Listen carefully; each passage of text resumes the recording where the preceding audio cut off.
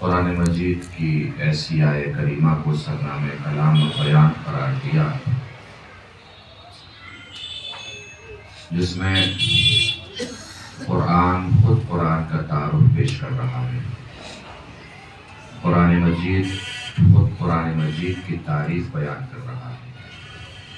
قرآن مجید خود قرآن مجید کی تفسیر بیان کر رہا ہے.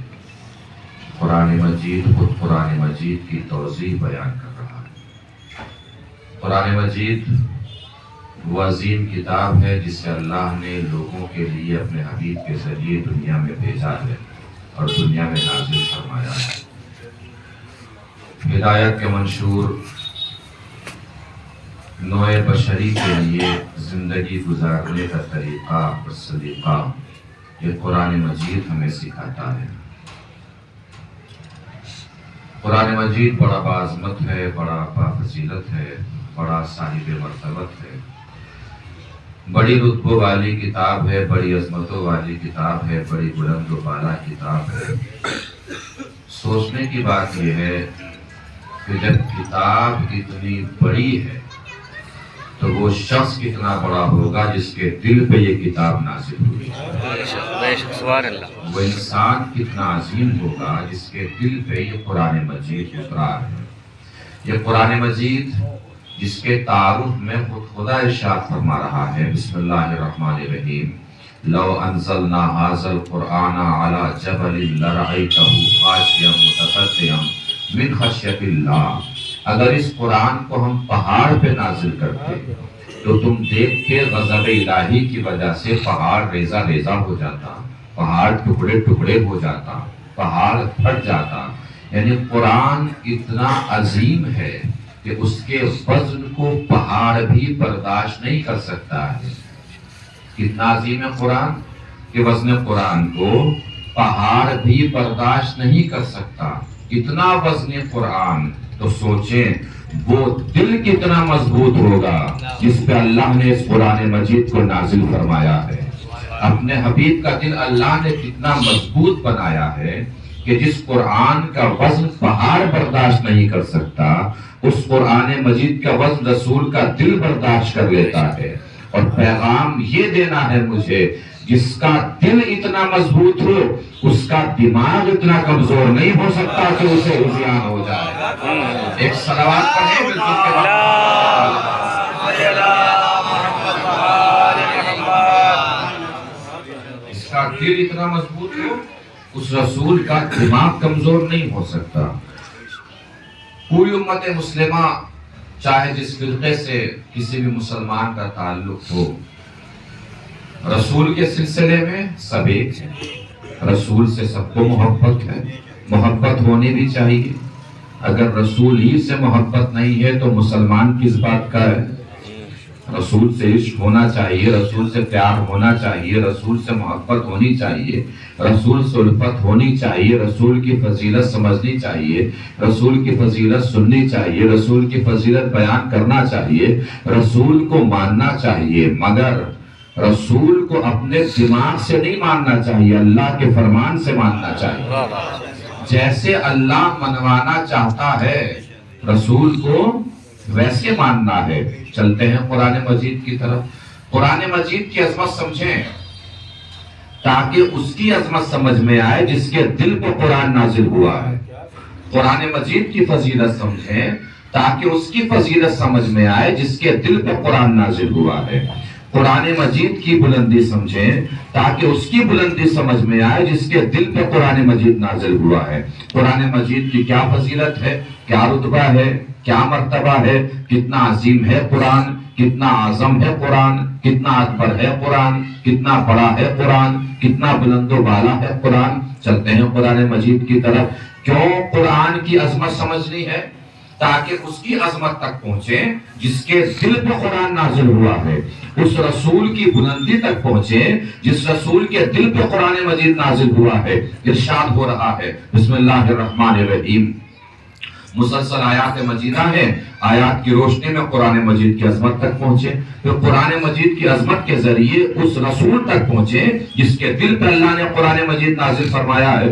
ارشاد ہو رہا ہے بسم اللہ الرحمن الرحیم وَنَزَّلْنَا عَلَيْكَ الْكِتَابَ تِبْيَانًا لِكُلِّ شَيْءٍ وَهُدًى وَرَحْمَةً وَبُشْرَىٰ لِلْمُسْلِمِينَ۔ یہ قرآن تبیان ہے، یہ قرآن بیان ہے، یہ قرآن ہدایت ہے، یہ قرآن رحمت ہے، یہ قرآن بشارت ہے۔ پھر ارشاد ہو رہا ہے بسم اللہ الرحمن الرحیم وَذَلِكَ بَصَائِرٌ مِّن رَّبِّكُمْ وَهُدًى وَرَحْمَةٌ لِّقَوْمٍ يُؤْمِنُونَ۔ یہ قرآن بصارت ہے، یہ قرآن بصیرت ہے، یہ قرآن عقل ہے، یہ قرآن شعور ہے، یہ قرآن حجت ہے۔ پھر ارشاد ہو رہا ہے بسم اللہ الرحمن الرحیم وَنُنَزِّلُ مِنَ الْقُرْآنِ مَا هُوَ شِفَاءٌ وَرَحْمَةٌ لِّلْمُؤْمِنِينَ۔ یہ قرآن شفا ہے، یہ قرآن مشکل کشا ہے۔ پھر ارشاد ہو رہا ہے بسم اللہ الرحمن الرحیم وَمَنْ حَاجَّكَ فِيهِ مِنْ بَعْدِ مَا جَاءَكَ مِنَ الْعِلْمِ۔ یہ قرآن علم ہے۔ پھر ارشاد ہو رہا ہے بسم اللہ الرحمن الرحیم یا ایھا الناس قد جاءکم برہان من ربکم وانزلنا الیکم نورا مبینا۔ یہ قرآن برہان ہے، یہ قرآن نور مبین ہے۔ پھر ارشاد ہو رہا ہے بسم اللہ الرحمن الرحیم تبارک الذی نزل الفرقان علی عبدہ لیکون للعالمین نذیرا۔ یہ قرآن فرقان ہے، یعنی حق اور باطل کے درمیان فیصلہ کرنے والی کتاب ہے۔ پھر ارشاد ہو رہا ہے بسم اللہ الرحمن الرحیم انہ لقرآن کریم لا یمسہ الا المطہرون۔ یہ قرآن کریم ہے، انہ لقرآن کریم فی کتاب مکنون۔ یہ قرآن کریم ہے۔ پھر ارشاد ہو رہا ہے والقرآن العظیم۔ یہ قرآن عظیم ہے۔ پھر ارشاد ہو رہا ہے انا نحن نزلنا ذکرا وانا لہ لحافظون۔ یہ قرآن ذکر ہے۔ اتنے ساری اللہ فضیلت بیان فرمانے کے بعد کہ قرآن بصیرت ہے، یہ قرآن بصارت ہے، یہ قرآن عقل ہے، یہ قرآن شعور ہے، یہ قرآن حجت ہے، یہ قرآن دلیل ہے، یہ قرآن فکر ہے، یہ قرآن ذکر ہے، یہ قرآن عظیم ہے، یہ قرآن کریم ہے، یہ قرآن تبیان ہے، یہ قرآن بیان ہے، یہ قرآن نور مبین ہے، یہ قرآن فرقان ہے، یہ قرآن قرآن ہے۔ اب اللہ ارشاد فرما رہا ہے قرآنًا عربیًا غیر ذی عوج۔ اس قرآن میں کسی طریقے کا عیب نہیں ہے۔ کیا عظمت ہے قرآن کی؟ قرآن مجید میں کسی طریقے کا عیب نہیں ہے۔ سمجھنی ہے نا بات کو؟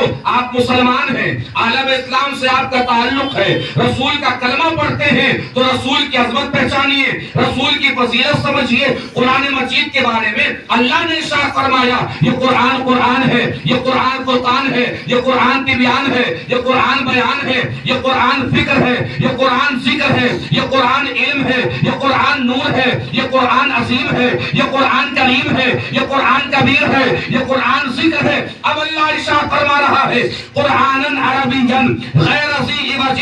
اس قرآن میں کسی طریقے کا عیب نہیں ہے۔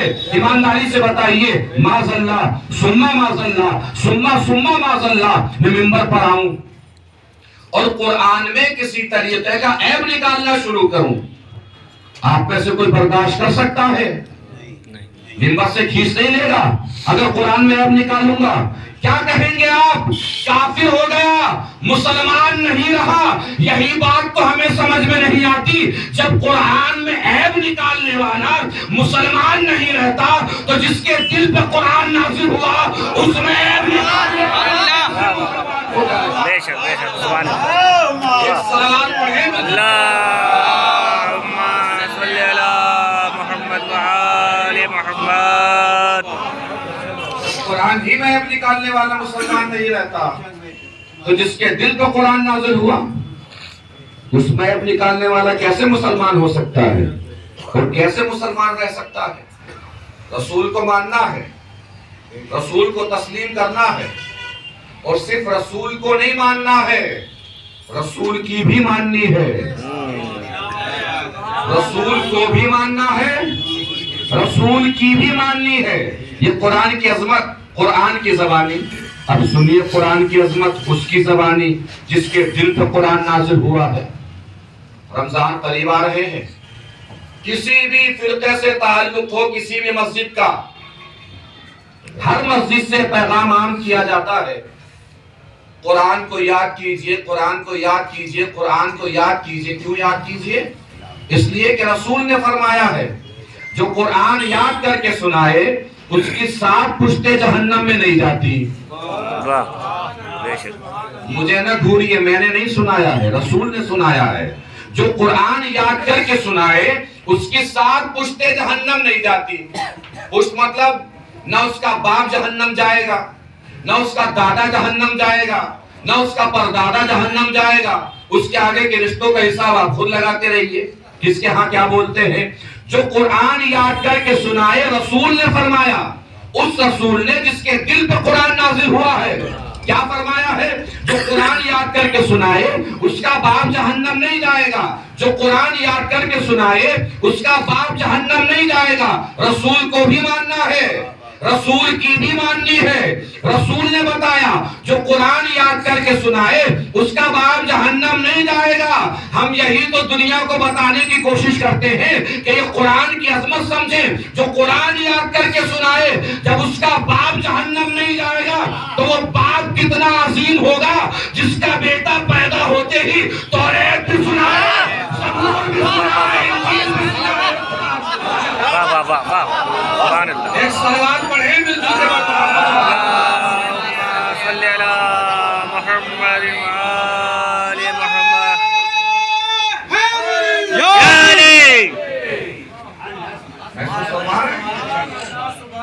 سبحان اللہ۔ کیا سنایا مولا نے؟ توریت، زبور، انجیل اور قرآن مجید، 4 کتابیں سنائی۔ بہت سارے لوگ یہاں دلی سے آئے ہوئے دکھائی دے رہے ہیں ماشاءاللہ۔ مجلس سے پہلے کوئی مجھ سے ملے اور مجھ سے مل کر گئے قبلہ رات ہم ایک مجلس سن کے آئے ہیں فلاں خطیب سے، اس موضوع پہ سن کے آئے ہیں، آپ اسی موضوع پہ پڑھ دیجئے۔ اگر میں تھوڑا بہت پڑھ لکھ کے پڑھتا ہوں مجلس تو آپ نے مجھے موضوع بتا ہی دیا ہے، میرے لیے پڑھنا مشکل ہوگا کہ آسان ہوگا؟ آسان ہوگا۔ ایک صاحب مجھ سے کہیں کہ قبلہ رات میں ایک مجلس ہونے والی ہے، اس مجلس میں خطیب جس موضوع پہ پڑھیں گے آپ بھی اسی موضوع پہ پڑھ دیجئے۔ میں اس کا چہرہ تھوڑی دیر تک گھور کے نہیں دیکھوں گا کہاں سے چھٹ کے آیا ہے۔ اس کا مطلب گزرے ہوئے موضوع کو پڑھنا آسان ہے، آنے والے موضوع کو پڑھنا مشکل ہے۔ توجہ ہی نہیں فرمائی آپ نے۔ علی نے توریت پڑھی، آسان تھی چونکہ نازل ہو چکی تھی۔ زبور پڑھی، آسان تھی چونکہ نازل ہو چکی تھی۔ انجیل پڑھی، آسان تھی چونکہ نازل ہو چکی تھی۔ کمال علی نے یہ کیا کہ وہ قرآن بھی پڑھ دیا جو ابھی تک نازل ہی نہیں ہوا۔ وہ قرآن بھی پڑھا علی نے جو ابھی نازل ہی نہیں ہوا ہے۔ نازل نہیں ہوا ہے، نازل ہوگا۔ ہوگا تو کیسے ہوگا؟ جبرائیل امین آئیں گے، رسول کو ایک کتاب تھمائیں گے کہ لیجئے پڑھ کے سنا دیجئے، ایسے نازل ہوگا قرآن۔ پھر کیسے نازل ہوگا؟ کوئی واقعہ ہوگا، آیت آئے گی، قرآن بنے گا۔ واقعہ ہوا نہیں ہے، ہوگا۔ آیت آئی نہیں ہے، آئے گی۔ قرآن بنا نہیں ہے، بنے گا۔ کوئی بستر پہ چین کی نیند سوئے گا، آیت آئے گی۔ کوئی رکوع میں انگوٹھی دے گا، آیت آئے گی۔ کوئی میدان میں ڈٹے گا، آیت آئے گی۔ کسی کو کاندھے پہ غدیر کے میدان میں اٹھایا جائے گا، آیت آئے گی۔ اٹھایا جائے گا، اٹھایا نہیں ہے۔ انگوٹھی دے گا، انگوٹھی دی نہیں ہے۔ میدان میں ڈٹے گا، میدان میں ڈٹا نہیں ہے۔ بستر پہ سوئے گا، ابھی تک سویا نہیں ہے۔ آیت آئے گی، ابھی آئی نہیں ہے۔ قرآن بنے گا، ابھی بنا نہیں ہے۔ اور علی ابھی پڑھ کے سنا رہے ہیں۔ توجہ فرمائی، علی ابھی پڑھ کے سنا رہے ہیں۔ قرآن آئے گا، ابھی آیا نہیں ہے۔ نہیں آیا تو کہاں ہے؟ پوچھو علماء سے، ذاکرین سے، واعظین سے، مبلغین سے، تاریخ دانوں سے، بزرگوں سے۔ ابھی قرآن آیا نہیں ہے، آئے گا تو ہے کہاں؟ ہر کوئی یہی بتائے گا اللہ کے ارادے میں ہے، اللہ کے ارادے میں ہے۔ جو چیز اللہ کے ارادے میں ہے، علی اسے پڑھ کے سنا رہے ہیں تو موت کیوں آتی ہے؟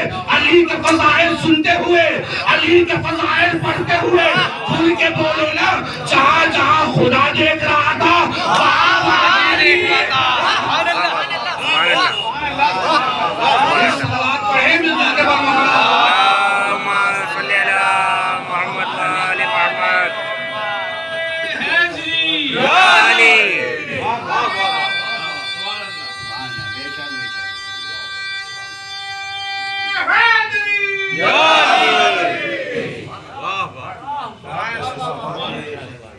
جہاں جہاں خدا دیکھ رہا وہاں وہاں علی دیکھ رہے ہیں۔ آگے بڑھیے،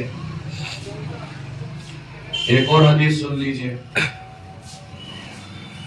حضور نے فرمایا من فی قلبہ قرآن، یہ وہ حدیث سنا رہا ہوں کہ جو ہر رسول کا ماننے والا جن حدیثوں کو مانتا ہے، ہر فرقے میں ہے، ہر جگہ پر ہے، ہر جگہ سنائی جاتی ہے۔ اس میں شیعہ، سنی، دیوبندی، حنبلی، حنفی، شافعی، مالکی، آپ کا تعلق کسی بھی فرقے سے ہو، سب اس حدیث کو مانتے ہیں، چونکہ رسول کو تو سبھی مانتے ہیں۔ رسول نے فرمایا من فی قلبہ قرآن لا یحرقہ النار، جس کے دل میں قرآن ہوگا، آواز آ رہی ہے نا، سنتے رہیے، من فی قلبہ قرآن لا یحرقہ النار، جس کے دل میں قرآن ہوگا اللہ اسے جہنم کی آگ میں نہیں جلائے گا۔ کیا ہے قرآن کی عظمت؟ جس کے دل میں قرآن ہوگا اللہ اسے جہنم کی آگ میں نہیں جلائے گا۔ جہنم کی آگ میں کس کو نہیں جلائے گا؟ جس کے دل میں قرآن ہوگا۔ حدیث آگے بڑھی، رسول نے فرمایا لیکن، میری طرف متوجہ رہیے، لیکن ہر دل میں قرآن نہیں ہوتا، بہت سو کے حلق میں آ کر قرآن اٹک جاتا ہے۔ رسول نے فرمایا ہے جس کے دل میں قرآن ہوگا اللہ اسے جہنم کی آگ میں نہیں جلائے گا، لیکن ہر دل میں قرآن نہیں ہوتا، بہت سو کے حلق میں آ کے قرآن اٹک جاتا ہے۔ میں نے پڑھ کے قرآن سے پوچھ لیا قرآن یہ کیا بات ہوئی؟ کسی کے دل میں اترتے ہو، کسی کے حلق میں اٹک جاتے ہو۔ قرآن نے پڑھ کے جواب میں فرمایا تم نے رسول کی بس ایک ہی حدیث سنی ہے، دوسری نہیں سنی۔ القرآن مع علی وعلی مع القرآن، قرآن علی کے ساتھ ہے، علی قرآن کے ساتھ ہے۔ جو مجھے زبان کے ذریعے حلق میں اتارتا ہے، جھانک کر دیکھتا ہوں، اگر دل میں علی نہیں ہوتا تو اٹک جاتا ہوں، علی ہوتا ہے تو اتر جاتا ہوں۔ اللہم صلی علی محمد وآل محمد،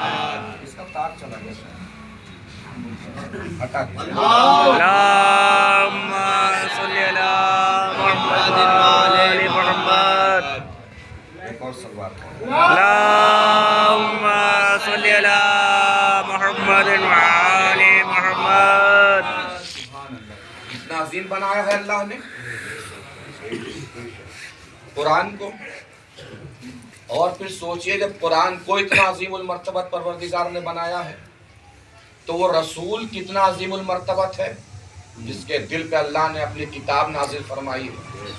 وہ رسول کتنا عظیم ہے، وہ رسول کتنا عالی ہے، وہ رسول کتنا بڑا ہے، وہ رسول کتنا عظیم ہے، وہ رسول کتنا اعظم ہے، وہ رسول کتنی بلندیوں پر ہے، کتنی اونچائیوں پر ہے، کہاں پر ہے اس کا مرتبہ؟ کوئی پہنچ سکتا ہے؟ کوئی سمجھ سکتا ہے؟ سنیے رسول کا مرتبہ، اللہ نے اپنے رسول کو کتنا عظیم بنایا، کتنا اعلیٰ بنایا۔ دنیا بھر میں سب سے زیادہ جو نام لیا جاتا ہے وہ اللہ کے حبیب کا نام ہے، نام محمد۔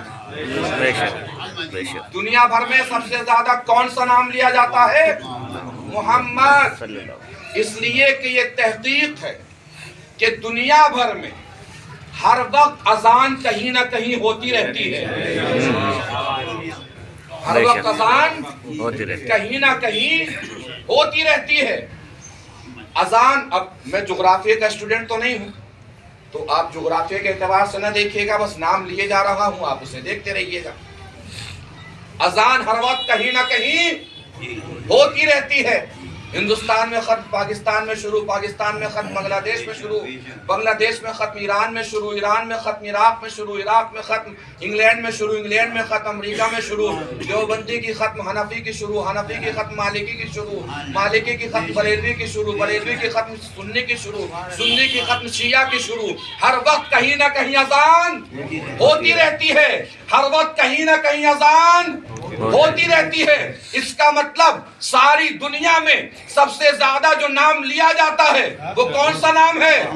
محمد. ساری دنیا میں سب سے زیادہ جس کا نام لیا جاتا ہے وہ نام محمد ہے. بارگاہ محمد میں چل کے دیکھتے ہیں کہ ساری دنیا تو محمد محمد کرتی ہے، خود حضور کس کا نام لیتے ہیں؟ ہم بارگاہ رسالت معاد میں پہنچے تو ہم نے دیکھا رسول کبھی فرما رہے ہیں یا علی انت منی وانا منکا، کبھی فرما رہے ہیں حب علی عبادہ، کبھی فرما رہے ہیں ذکر علی عبادہ، کبھی فرما رہے ہیں النظر الی وجہ علی عبادہ، کبھی فرما رہے ہیں یا علی انت بمنزلۃ الکعبہ، کبھی فرما رہے ہیں یا علی انت بمنزلۃ المصحف، کبھی فرما رہے ہیں برز الایمان کلہ الی الکفر کلہ، کبھی فرما رہے ہیں برز الاسلام کلہ الی الشرک کلہ، کبھی فرما رہے ہیں من کنت مولا ہو فہذا علی مولا. توجہ فرمائی، ساری دنیا جس کا نام لے اسے محمد کہتے ہیں، محمد جس کا نام لے اسے علی کہتے ہیں. سبحان اللہ. ایک صلوات پڑھیں بر اللہم صلی علی محمد و آل محمد. یا علی. اتنا عظیم قرآن، اتنا اعلیٰ قرآن، اتنے عظیم رسول، اتنے اعلیٰ رسول، اتنے بلند و بالا رسول. کوئی بھی کلام، کوئی بھی خطاب بڑا ہو ہی نہیں سکتا جب تک اس میں رسول کا تذکرہ نہ ہو. بے شک. جتنے بھی بڑے خطابات آپ کو ملیں گے تاریخ کی روشنی میں، ان نبیوں کے ہوں، ولیوں کے ہوں، وصیوں کے ہوں، سب خطابات میں ذکر رسول کہیں نہ کہیں ہوتا ہے اور کہیں نہ کہیں رہتا ہے. شہزادی فاطمہ زہرا سلام اللہ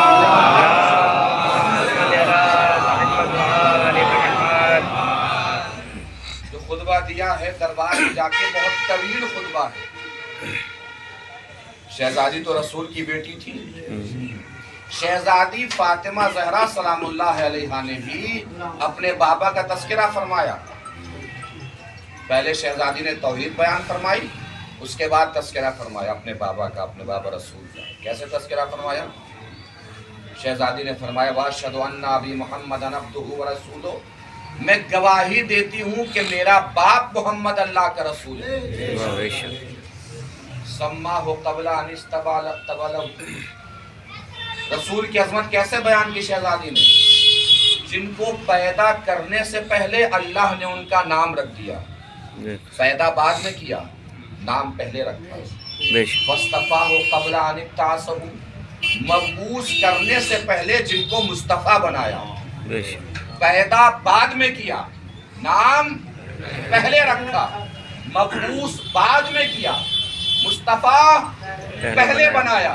اس کا مطلب شہزادی بیان فرما رہی ہے کہ میرے بابا دنیا میں آئے تو بعد میں ہیں مگر مشہور پہلے ہی سے ہیں.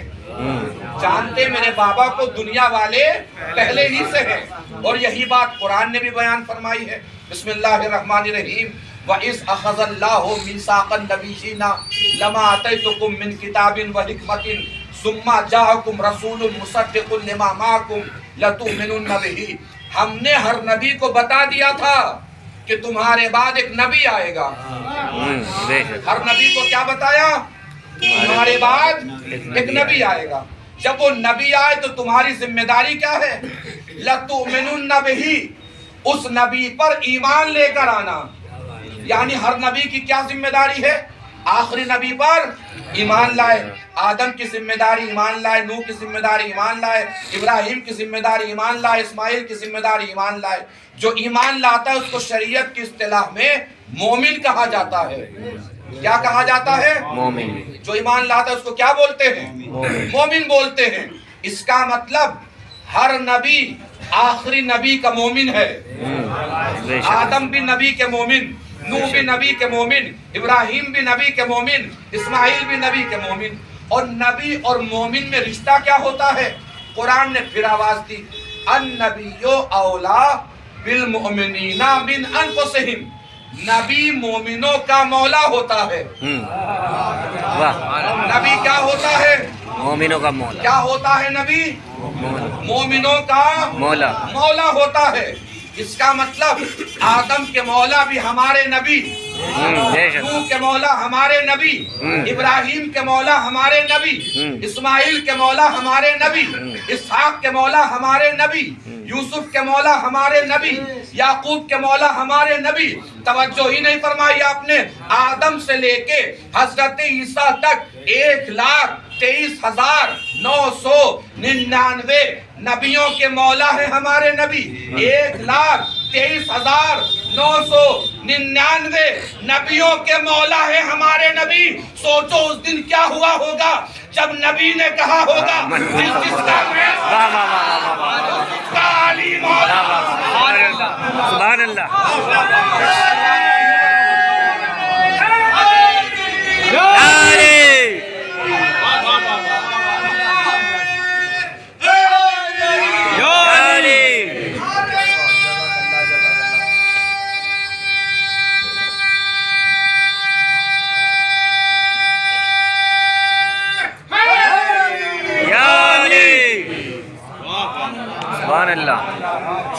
اور جس کو دنیا میں فضیلت ملی ہے، عظمت ملی ہے، وہ بھی نبی کے صدقے میں ملی ہے. بے شک. شہزادی سلام اللہ علیہ نے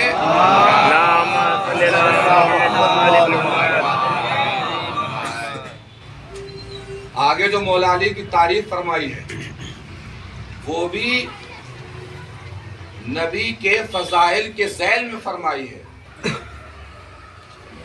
یہ بات ذہن میں رکھیے، ہماری جان قربان ہے مولا علی پر.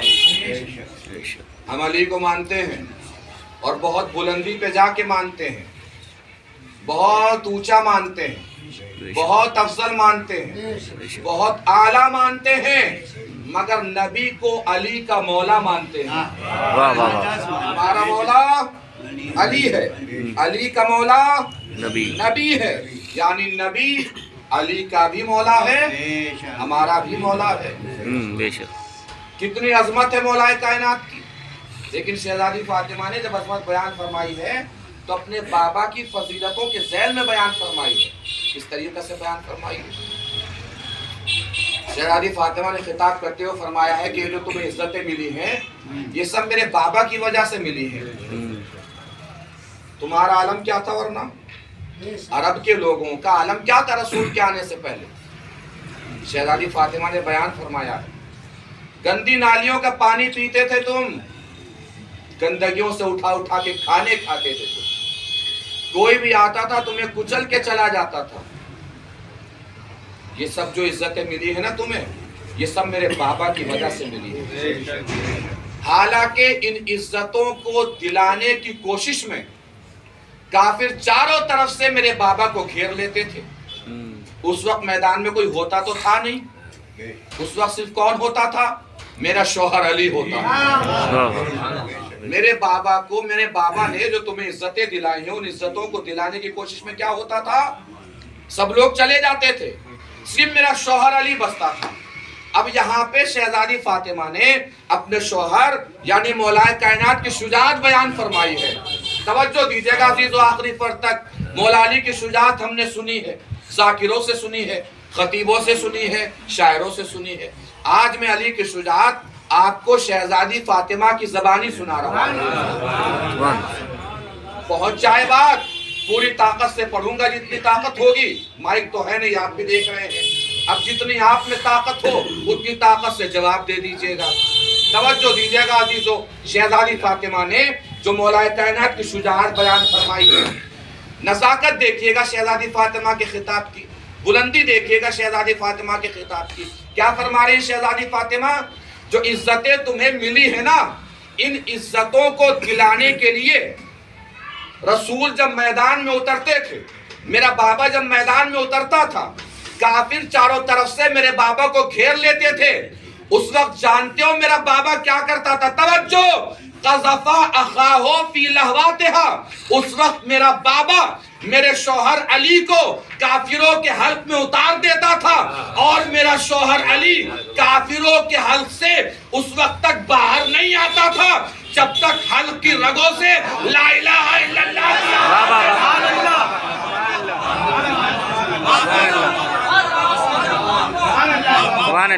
میرا شوہر علی باہر نہیں آتا تھا جب تک اندر کی رگوں سے لا الہ الا اللہ کی آوازیں نہیں آتی, نہ آنے لگے. کہاں کا منظر بیان فرما رہی ہیں شہزادی فاطمہ؟ جنگ احد کا سیدھا سیدھا منظر ہے جو شہزادی فاطمہ نے بیان فرمایا. اسلام پہ شکست کے بادل منڈلائے ہوئے ہیں, کافر جیت کی طرف بڑھ رہا ہے, رسول کو چاروں طرف سے گھیرے ہوئے ہیں کافر. توجہ دیجئے گا, منظرنامہ بیان کروں گا اور آگے بڑھ جاؤں گا. کافر چاروں طرف سے رسول کو گھیرے ہوئے, تلواریں اٹھی ہوئی ہیں. قریب تھا کہ رسول کے سر تک تلواریں پہنچتی.